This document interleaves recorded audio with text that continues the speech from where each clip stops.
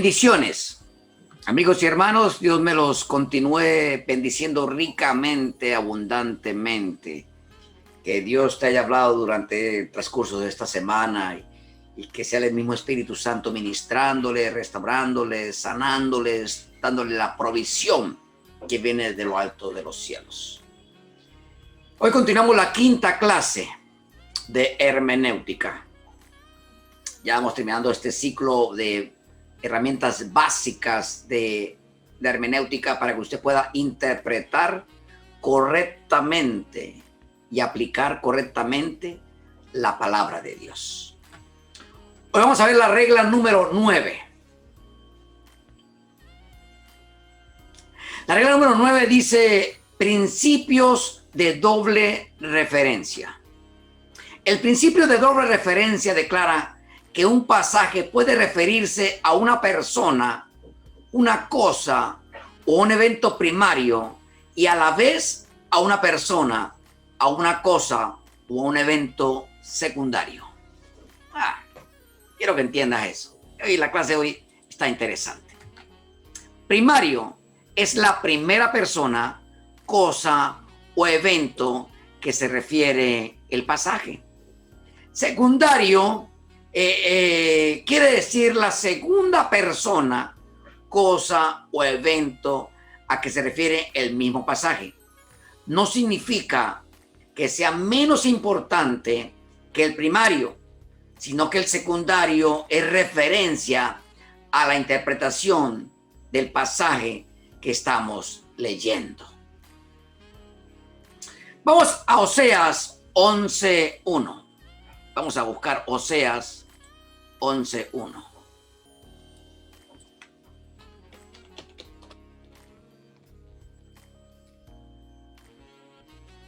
Cuando Israel era muchacho, yo lo amé y de Egipto llamé a mi hijo. Dios se refiere a Israel como un muchacho y como su hijo. Este pasaje Dios lo llama a Israel, Dios llama a Israel de Egipto. Este pasaje en su referencia primaria se refiere a la ocasión en que Dios liberó a su pueblo de la esclavitud de Egipto. ¿Me di a entender? En Mateo 2:13-15, Mateo 2:13.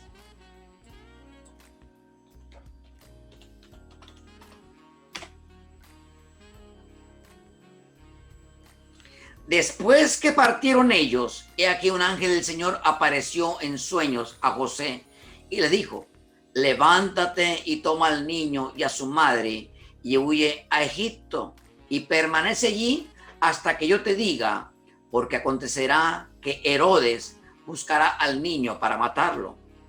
Y él, despertando, tomó de noche al niño y a su madre y se fue a Egipto y estuvo allí hasta la muerte de Herodes, para que se cumpliese lo que dijo el Señor por medio del profeta, cuando dijo: de Egipto te llamé a mi hijo. ¡Wow! Mire la gran referencia. En Mateo 2:13-15 se encuentra la referencia secundaria de lo que hablamos en el pasaje de Oseas 11:1. La profecía de Egipto llamé a mi hijo, se refiere a Jesucristo. Este evento ocurrió cuando la familia de Jesús regresó de Egipto después de la muerte de Herodes. Esto es la referencia secundaria del mismo pasaje que hemos leído de Oseas 11:1. Hay una referencia. Y hay otros dos pasajes que lo vamos a leer. Deuteronomio 15, 18, 19. Deuteronomio 15.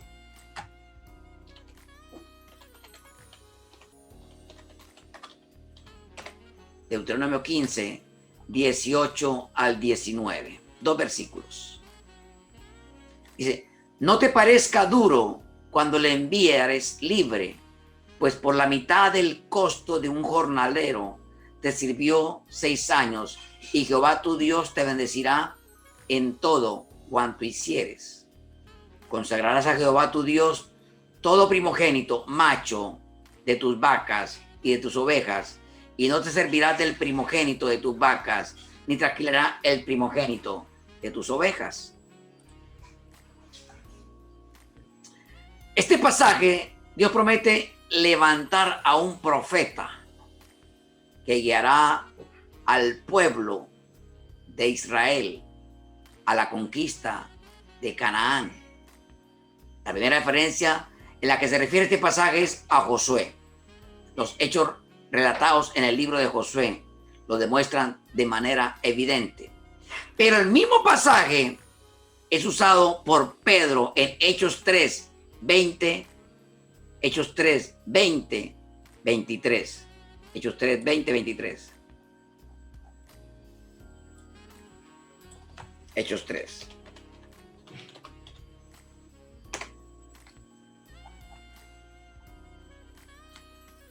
Y él envió a Jesucristo, que os fue antes anunciado, a quien de cierto es necesario que el cielo reciba hasta los tiempos de la restauración de todas las cosas, de que habló Dios por boca de sus santos profetas, que han sido desde el tiempo antiguo. Porque Moisés dijo a los padres: el Señor vuestro Dios os levantará profeta de entre vuestros hermanos, como a mí, a él oiréis en todas las cosas que yo os hable. Y toda alma que no oiga aquel profeta será desarraigada de su pueblo.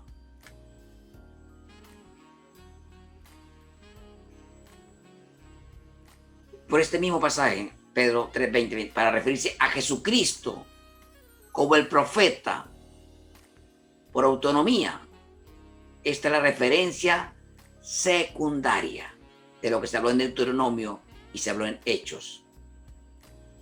Para que usted pueda entender qué es primario y qué es secundario, es decir, el cumplimiento de una palabra. Ezequiel 28 se refiere al primer término del rey Tiro, una persona real que gobernaba en una ciudad de los antiguos tiempos. Ezequiel 28, 17.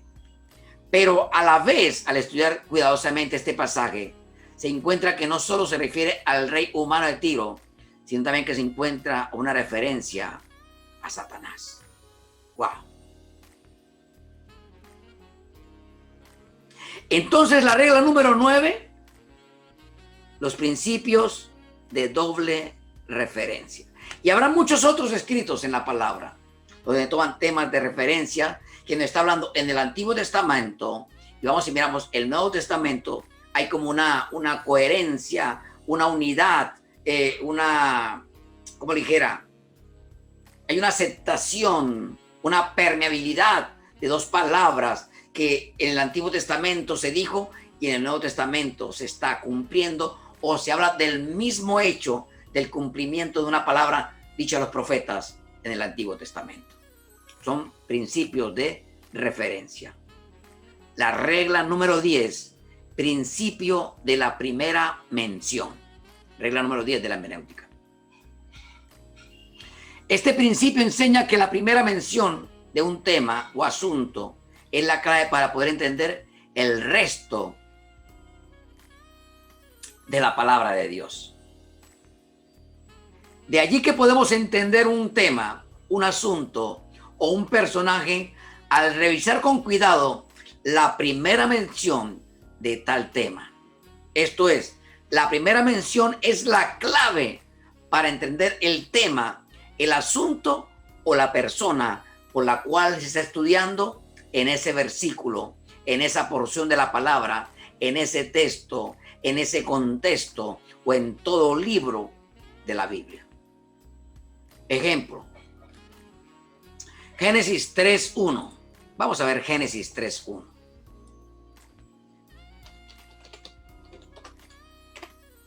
Génesis 3. Pero la serpiente era astuta más que todos los animales del campo que Jehová Dios había hecho, la cual dijo la mujer: con que Dios os ha dicho, no comáis de todo árbol del huerto. Génesis 3:1 es la primera mención de Satanás en la Biblia. Esta primera mención la menciona su naturaleza, la astucia. La astucia. Y en Génesis 3:1 se encuentran las primeras palabras de Satanás, con que Dios os ha dicho que no comáis del árbol. Esto muestra que la actividad básica de Satanás es oponerse siempre a la palabra de Dios. ¡Wow! Génesis 3:4, miremos qué dice la palabra. Entonces la serpiente le dijo a la mujer: no moriréis.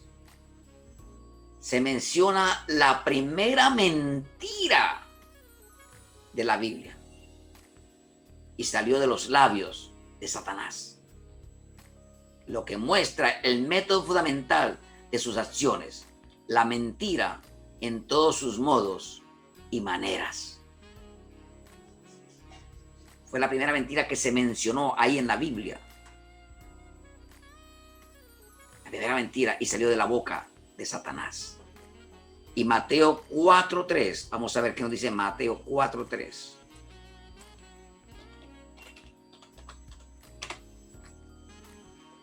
La palabra dice: y vino a él el tentador y le dijo: si eres hijo de Dios, di a estas piedras que se conviertan en pan.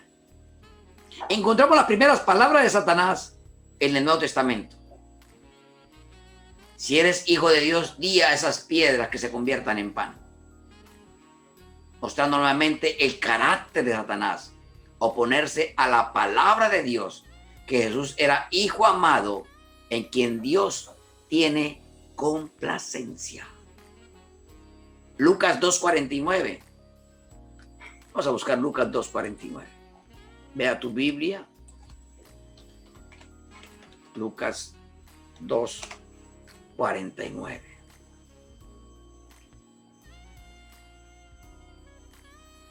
Entonces él le dijo: ¿por qué me buscáis? ¿No sabíais que en los negocios de mi padre me es necesario estar? Son las primeras palabras de Jesús: estar en los negocios de su padre. Esta es la clave de toda su vida y de todo su ministerio. Estar en los negocios del Padre. Ese debe ser el llamado de cada uno de los hombres y mujeres y ministros de Dios. Estar en los negocios del Padre para así cumplir nuestro ministerio. Como le dijo Pablo a Timoteo: cumple tu ministerio. Entonces, la regla número 10 es principio de la primera mención. Regla número 11 de hermenéutica: principios del intervalo.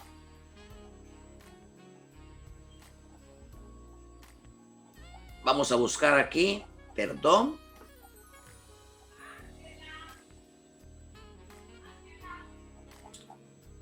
principio del intervalo. Este principio afirma que en ciertos pasajes se mencionan dos eventos que están separados por un largo intervalo que no está mencionado. No entender este principio determina que se interpreten dos sucesos o acontecimientos como simultáneos o sucesivos, cuando en realidad existe un periodo de tiempo entre los dos. Vamos a ver Primera de Pedro 1:10. Primera de Pedro, para que me puedas entender lo que te estoy hablando. Primera de Pedro 1.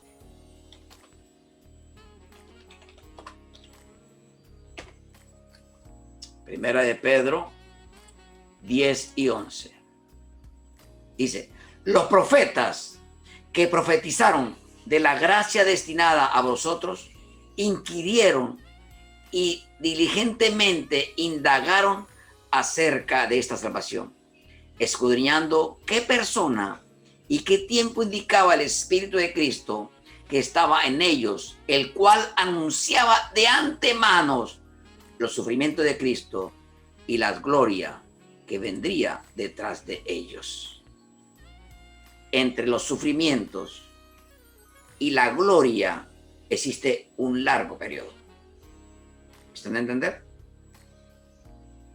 Y está mismo escrito en el mismo versículo, digamos. Los profetas que profetizaron de la gracia destinada a vosotros inquirieron y diligentemente indagaron acerca de esta salvación. Tiempo presente. Escudriñando qué persona y qué tiempo indicaba el Espíritu de Cristo que estaba en ellos, el cual anunciaba de antemano los sufrimientos de Cristo y las glorias que vendrían en ellos. O sea, en una misma frase está el principio del intervalo. En una misma frase. Los tiempos de sufrimiento y los tiempos de gloria. Amén. Lucas 1, 31, 33. Lucas 1.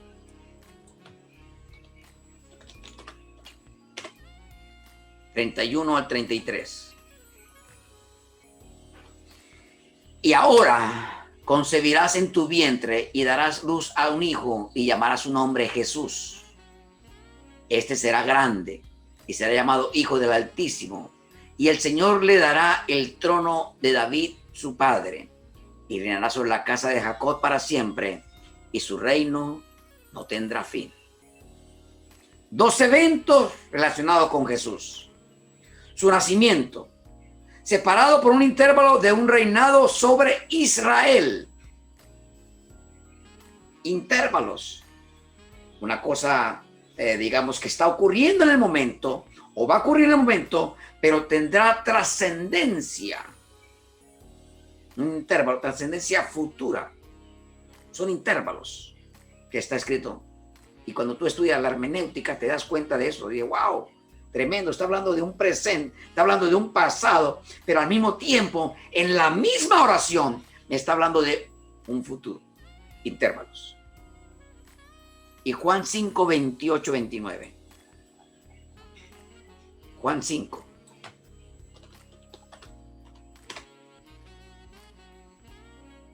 28, 19. 28, 29, perdón. No maravilléis de esto, porque vendrá ahora cuando todos los que están en los sepulcros oirán su voz, y los que hicieron lo bueno saldrán a resurrección de vida, mas los que hicieron lo malo a resurrección de condenación. Menciona dos resurrecciones simultáneas, pero el contexto general de la palabra indica que en un tiempo de separación de ambos. Dos resurrecciones. Y usted dirá, ¿cuál es, pastor? No me olvidé de esto, porque vendrá la hora cuando todo lo que estáis en el sepulcro oirá su voz. Los muertos en Cristo, resucitarán primero. Y los que hicieron lo bueno saldrán a resurrección de vida, mas los que hicieron lo malo a resurrección de condenación.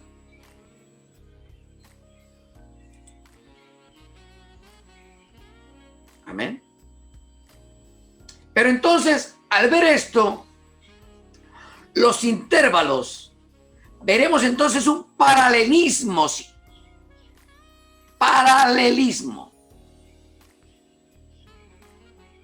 Hay algunos pasajes en los cuales hay diferentes líneas o miembros presentes.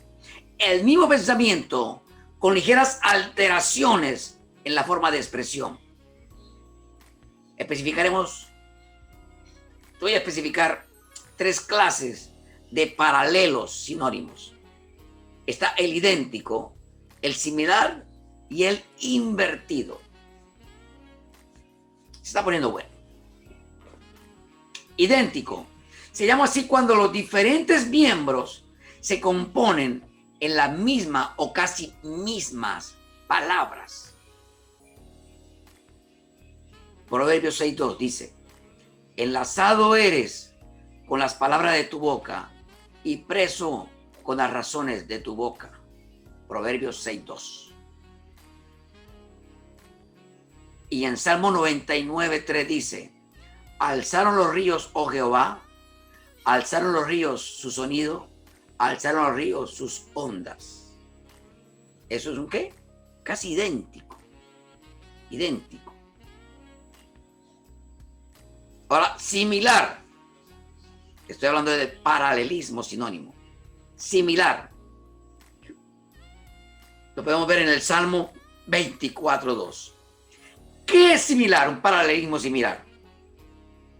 Es cuando el sentimiento es sustancialmente el mismo, pero el lenguaje y las figuras son diferentes. Cuando el sentimiento es sustancialmente el mismo, pero el lenguaje y las figuras son diferentes. Vamos a leer en el Salmo 24:2. Dice, porque Él la fundó sobre los mares y afirmóla y la afirmó sobre los ríos. Similares. Job 6:5. ¿Acaso gime el asno montés junto a la hierba? ¿Muge el buey junto a su pasto? Similar. Similares. Ahora quiero hablarte de invertido. Se llama cuando existe una inversión o transposición de palabras o sentencias de manera que cambia el orden del pensamiento. Los cielos cuentan la gloria de Dios y la obra de sus manos demuestran la expansión. Salmo 19:1. No guardaron el pacto de Dios, ni en su ley quisieron andar. Invertido. Diciendo casi lo mismo, pero invertido. En otras palabras. Paralelismo antitético. Bajo esta división cae todo pasaje en el cual hay contraste u oposición del pensamiento presentado en las diferentes sentencias. Esta clase de paralelismo abunda especialmente en el libro de Proverbios, por el hecho de adaptarse particularmente para expresar máximas de sabiduría proverbial. Hay dos formas de paralelismo antitético. Simple y compuesto. Cuando el contraste se presenta en un solo dístico de sentencia simple. Proverbios 14:34. La justicia engrandece la nación, pero el pecado afrenta a las naciones. Simple. La lengua de los sabios adornará la sabiduría, mas la boca de los necios hablará sandeces.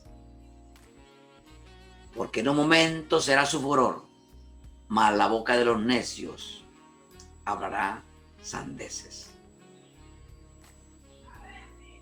Este es simple, se entiende. Si tú lees algo, o sea, como advirtiendo algo y comparándolo, pero es algo simple. Compuesto, cuando hay dos o más sentencias en cada miembro de la antítesis. El buey conoce a su dueño y el asno el pesebre de su señor. Israel no conoce, mi pueblo no tiene entendimiento. Isaías 1:3. Isaías 54:7-8 dice, por un momento te dejé, mas te recogeré con grandes misericordias. Con un poco de ira escondí mi rostro de ti por un momento, mas con compasión eterna tendré compasión de ti. O sea, son como frases que una viene compuesto, al principio es como si fuera una imagen o una palabra, pero en las dos frases primeras y en las otras dos de allá es como una comparación, es algo compuesto. Eso se llama un paralelismo antitético. Antitético, no antiético, antitético. Paralelismo sintético. El paralelismo sintético o constructivo consiste, según la definición, solo en la firma de construcción o en una palabra no responde a otra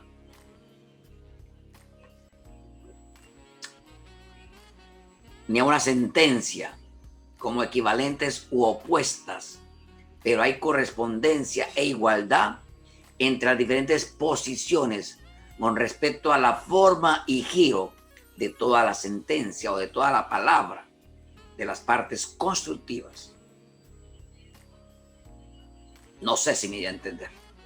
El paralelismo sintético, solo en la firma de construcción, en que la palabra no responde a otra ni a una sentencia de la misma sentencia. Vamos a ver así. Hay correspondiente y acumulativa. Son las dos. Paralelismo sintético. Es cuando existe una correspondencia formal e intencional entre sentencias relacionadas, entre palabras relacionadas, como el ejemplo siguiente tomado en el Salmo 27:1, donde la primera línea corresponde con la tercera y la segunda con la cuarta, para que me entiendan. Jehová es la luz y mi salvación, de quien temeré. Jehová es la fortaleza de mi vida, de quien he de atemorizarme. Corresponde la una con la otra, la misma sentencia, la misma frase. Este mismo estilo corresponde a un paralelismo antitético compuesto. Mírenlo. Y en Salmos 35, 26, 35. Avergüéncense y sean confundidos a una los que de mi mal se alegran, de los que mi mal se alegran, perdón. Vístanse de vergüenza y de confusión los que se engrandecen contra mí. Dice, canten y alégrense los que se deleitan en mi justicia y digan siempre, sea enaltecido Jehová, que ama la paz de su siervo. Eso antitético. Arriba dice que aquellos que se avergüencen y aquí alégrese y canten. Eso es algo que corresponde una frase a la otra. Acumulativo, cuando hay una culminación de sentimientos que corre a través de paralelos sucesivos o cuando existe una constante variación de la palabra y de pensamientos por medio de la simple acumulación de imágenes e ideas. Salmo 1:1, más fácil. Bienaventurado el varón que no duda consejo de malos, ni estuvo en camino de pecadores, ni en silla de escarnecedores se ha sentado, sino que en la ley de Jehová está su delicia, y en su ley medita de día y de noche. Algo acumulativo. Sí. Bienaventurado, fortalecido, o sea, algo que se acumula, riquezas, bendiciones, vas a recibir, algo acumulativo. Y en Isaías 55, 6, 7, buscad a Jehová mientras pueda ser hallado, llamarle en tanto esté cercano. Deje el impío su camino y el hombre inicuo sus pensamientos. Vuélvase a Jehová, quien tendrá misericordia de él, y al Dios nuestro, quien será amplio en perdonar. Pero aparte de estas formas más regulares de paralelismo, existen numerosas peculiaridades en la poesía hebrea que no han de clasificarse bajo ninguna regla o teoría de prosodia. Los vuelos poéticos de los antiguos bardos desconocían tales trabas o por medio de giros imprevistos, así como las líneas rotas y desiguales y de repentinas y breves explotaciones de oración o de sentimentalismo, producían una gran variedad de expresivas formas de sentimiento. Este lenguaje esmeradamente elaborado puede servir mejor que otro para hacer más profundo la impresión del pensamiento divino que comunica. No es la expresión literal, sino la enajenación espiritual congénita lo que nos capacita para comprender la fuerza de un pasaje. Quiero que entiendan mejor esto, lo que te acabé de decir. Deuteronomio 32, 22.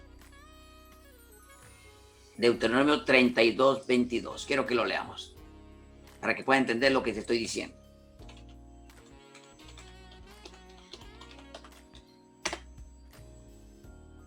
Deuteronomio 32, 22. Porque fuego se ha encinado en mi ira y arderá hasta las profundidades del Seol. Devorará la tierra y sus frutos y abrazará los fundamentos de los montes. El lenguaje impresionante también de Zacarías 11, 1, 2 no pierde nada del poder de impresionar por el hecho de que el discurso se dirija a las montañas y a los árboles como si fuesen seres conscientes. Vamos a leerlo. Oh Líbano, abre tus puertas y el fuego queme tus cedros. Aúlla, oh haya, porque el cedro cayó, los magníficos son talados. Aúlla, oh haya, porque el cedro cayó, los magníficos son derribados. No hay para qué suponer que en la calamidad anunciada por estos pasajes, ni un solo cedro del monte del Líbano, ni aún a cualquier cosa fuesen destruidos. El lenguaje es el de las imágenes poéticas, adaptado a producir impresiones y transcurrir la idea de una extensa ruina, pero sin tener nunca la intención de ser entendido literalmente. Lo mismo pasa con las sublimes descripciones de Dios que se hallan en los salmos y los profetas. Hay que inclinarnos a mirar el lenguaje de lo que se está usando y poder entender mejor la palabra. Lo mismo pasa con la palabra. Mirar los cielos y descender con un nube debajo de los pies, su cabalgar sobre un querubín y al hacerse visible en las alas del viento. Samuel, vamos a leerlo, segunda de Samuel 22, 11, 10. Segunda de Samuel.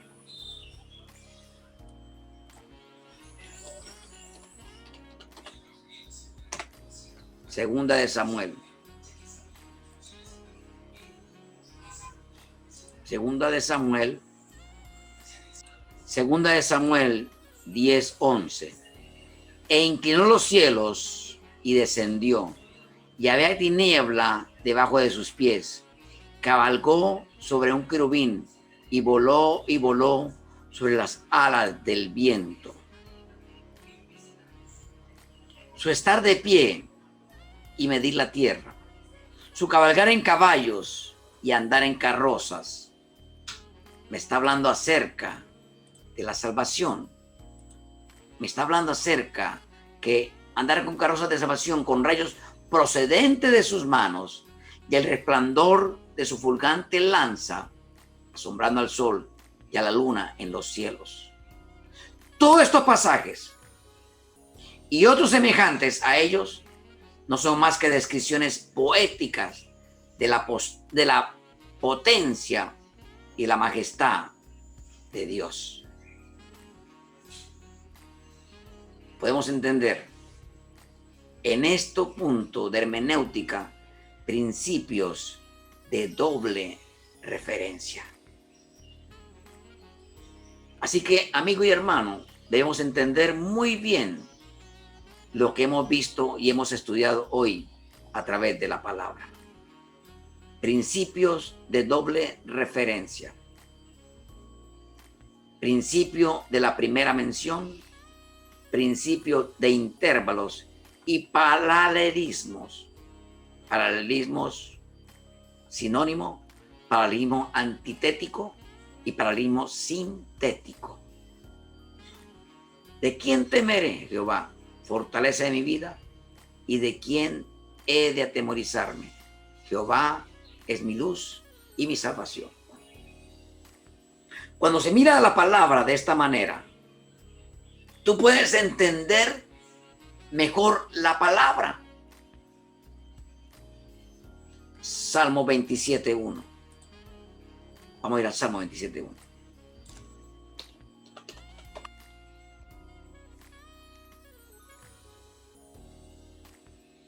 Jehová es la luz de mi salvación, ¿de quién temeré? Jehová es la fortaleza de mi vida, ¿de quién he de atemorizarme. Mírese que hay una comparación, y tú cuando juega y estudia la hermenéutica, dice, Jehová es mi luz, mi salvación, ¿de quién temeré? Jehová es la fortaleza de mi vida, ¿de quién he de atemorizarme? Es casi como un juego de palabras. Puedes tú decir, Jehová es mi luz y salvación, ¿de quién he de atemorizarme? O Jehová es la fortaleza de mi vida, ¿de quién temeré? Juego de palabras. ¿Para qué? Para centrarnos en una buena enseñanza. Me está hablando mi luz y mi salvación. ¿De qué he de atemorizarme? Me está hablando acerca de que muchos hombres y mujeres han sentido temor de estos tiempos. Estos tiempos de pandemia se han robado la bendición. Estos tiempos de pandemia te han robado lo que Dios tiene preparado para ti.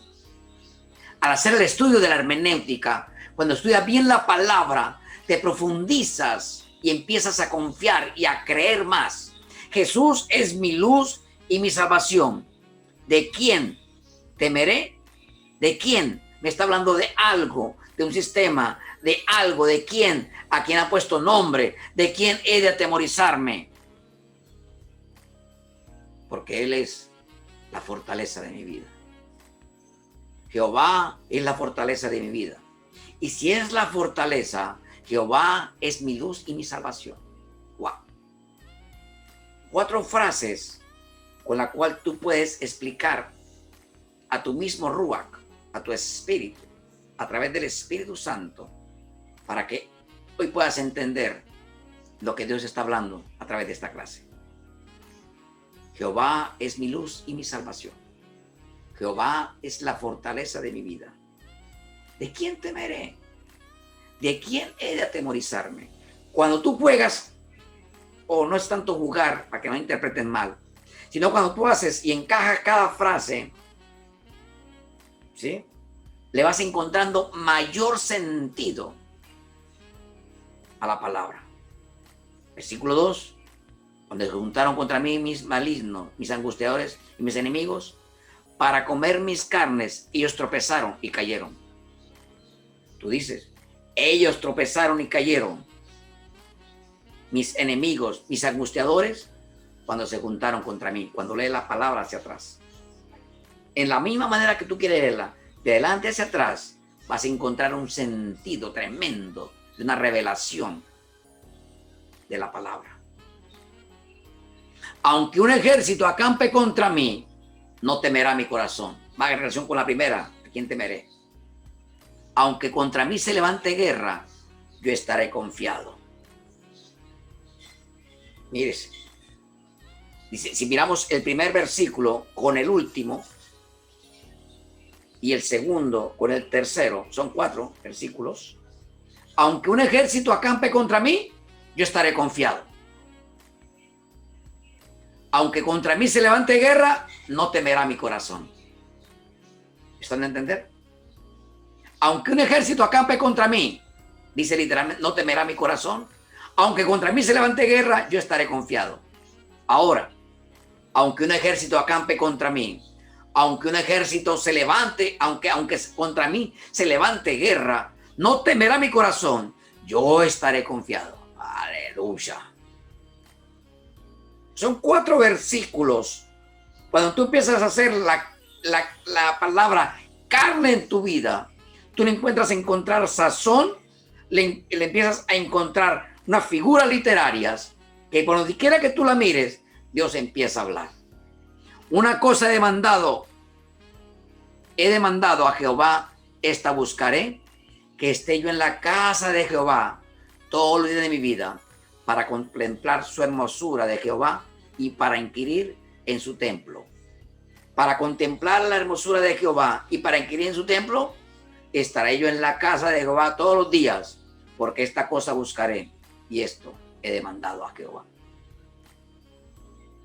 ¿Tiene sentido la palabra de arriba hacia abajo o de abajo hacia arriba? Porque él me esconderá en su tabernáculo el día del mal, me ocultará en lo reservado de su morada, sobre una roca me pondrá en alto. Vamos a leerlo. porque él me esconderá en su tabernáculo el día del mal. Sobre una roca me pondrá en alto y me ocultará en lo reservado de su morada. ¡Wow!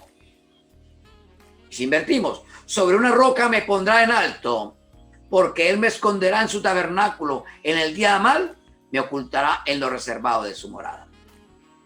Está hablando de protección. Entienda lo que Dios te quiere hablar esta noche.